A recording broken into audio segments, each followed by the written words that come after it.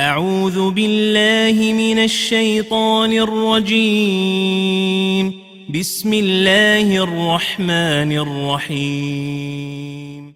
الشيخ يقول والشمس هي الكوكب العظيم المعروف والقمر كذلك كوكب من الكواكب السبعة السيارة وكل منهما يجري ويدور على الأرض والأرض ثابتة مستقرة جعلها الله قرارا أي قارة ثابتة لمصالح العباد والشمس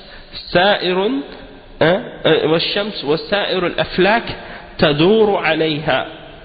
Donc le cheikh il explique que le soleil c'est un des grands astres dans le ciel qui est bien connu, et la lune également c'est un astre qui est dans le ciel parmi les sept astres qui tournent. C'est ça que le cheikh dit min al-kawakib as-sab'a as-sayyara. Et chacun d'entre ces deux astres, la lune et le soleil, tourne autour de la terre. Et la terre est fixe, elle reste immobile.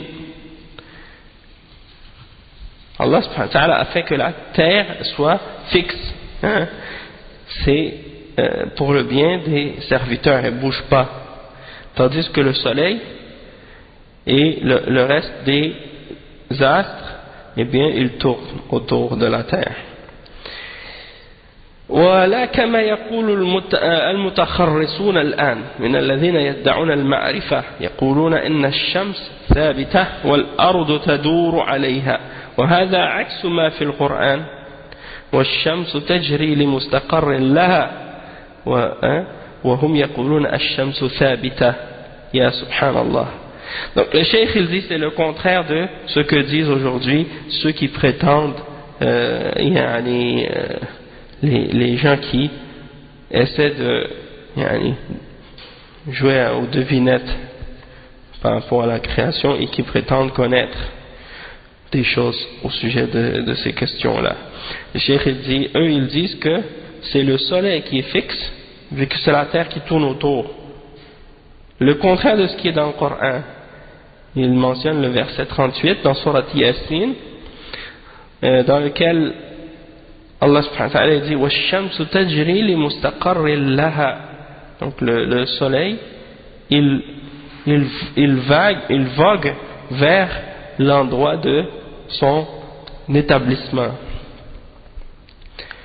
Et donc eux ils prétendent que le soleil est fixe alors que Allah subhanahu wa ta'ala mentionne que le soleil avance, qu'il vogue, qu'il suit son cours vers l'endroit où il va s'établir. Et donc eux ils prétendent le contraire de ça, que le soleil est fixe. Ya subhanallah. Donc on voit ici, alhamdulillah, comment le cheikh il clarifie les choses à ce sujet-là.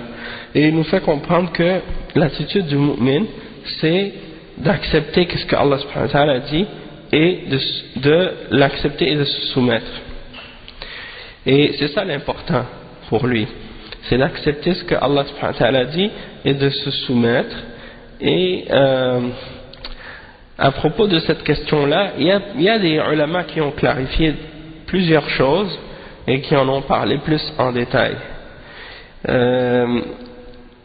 Et c'est pour expliquer que dans l'islam, comme Cheikh l'Islam il l'a expliqué dans son livre Dar al-Ta'arud bayn al-Aqli wa al-Naql, il a expliqué que c'est pas possible dans l'islam qu'il y ait une contradiction entre qu'est-ce qui est dans la création d'Allah subhanahu wa ta'ala, qu'est-ce qu'Allah a créé, et qu'est-ce qui est mentionné dans la révélation d'Allah subhanahu wa ta'ala, puisque les deux ça vient d'Allah subhanahu wa ta'ala. Donc si on trouve une contradiction quelconque entre les deux, ça vient de notre erreur, de notre compréhension à nous.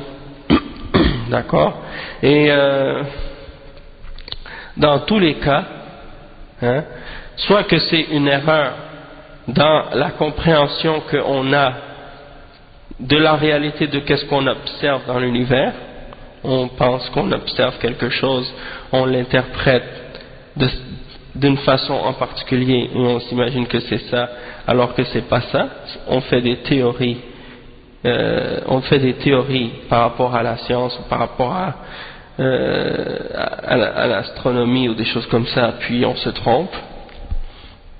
Ou bien c'est une erreur dans notre compréhension du verset ou des paroles d'Allah subhanahu wa ta'ala et du prophète sallallahu alayhi wa sallam. Donc c'est pour ça que il faut toujours vérifier les choses et analyser les choses correctement. Puis de toute façon il faut toujours s'arranger pour ne pas contredire la parole d'Allah subhanahu wa ta'ala, parce que celui qui contredit la parole d'Allah subhanahu wa ta'ala, il rejette la foi, il rejette la foi. Donc il faut toujours vérifier que ce qu'on affirme comme élément soit en accord avec ce que Allah subhanahu wa ta'ala a révélé et qu'il n'y ait pas de contradiction entre les deux. Wallahu a'lam. Non, c'est pas correct de prétendre que la création c'est le Big Bang, parce que Allah subhanahu wa ta'ala, il a créé les cieux et la terre, il a mentionné qu'il a créé les cieux et la terre en 6 jours, puis qu'ensuite il s'est levé au-dessus du trône. Il